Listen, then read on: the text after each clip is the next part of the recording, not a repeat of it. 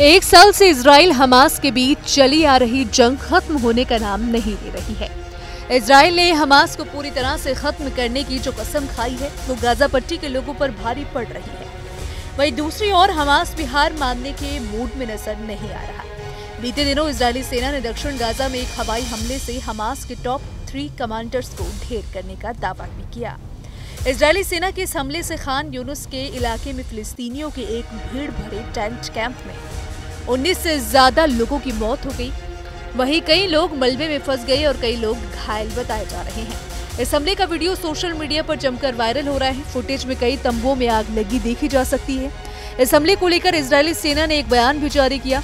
IDF ने कहा कि उन्हें सूचना मिली थी कि खान यूनुस के इस इलाके में हमास के टॉप कमांडर मौजूद, इसीलिए यह हमला किया गया।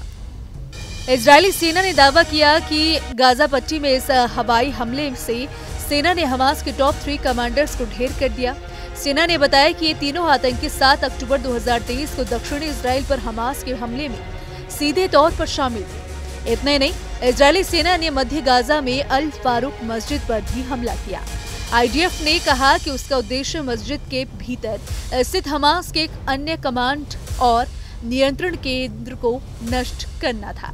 मस्जिद पर हुए हमले और 19 फिलिस्तीनी की मौत पर यूएन के महासचिव एंटोनियो गुटेरस गाजा में हुई मौत और विनाश को रोकने की मांग भी की। उन्होंने गुटेरस ने कहा कि गाजा संघर्ष को रोकने के लिए संयुक्त राष्ट्र अपनी भूमिका निभा सकता है। गुटेरस ने आगे कहा कि संयुक्त राष्ट्र किसी भी संघर्ष विराम का समर्थन करने के लिए उपलब्ध रहेगा।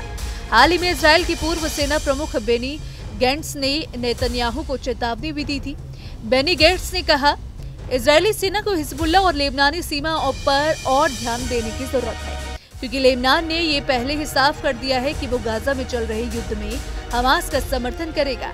तो चलिए अब समझते हैं एक साल से चली आ रही जंग की मुख्य वजह क्या है।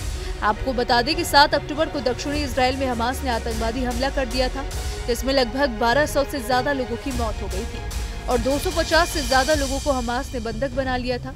हमास की जिस टुकड़ी ने 7 अक्टूबर के हमले को अंजाम दिया था, उसका नेतृत्व यहाँ सिनवार कर रहा था, जो मौजूदा वक्त में हमास का लीडर है। इसके बाद इजराइल ने अपने डिफेंस में कार्रवाई की, जिसके बाद से जंग चल रही है।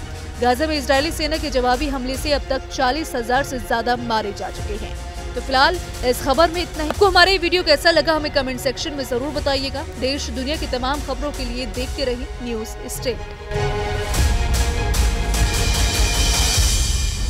न्यूज नेशन अब व्हाट्सएप पर खबरों के ताजा अपडेट के लिए न्यूज नेशन के इस क्यूआर कोड को स्कैन करें।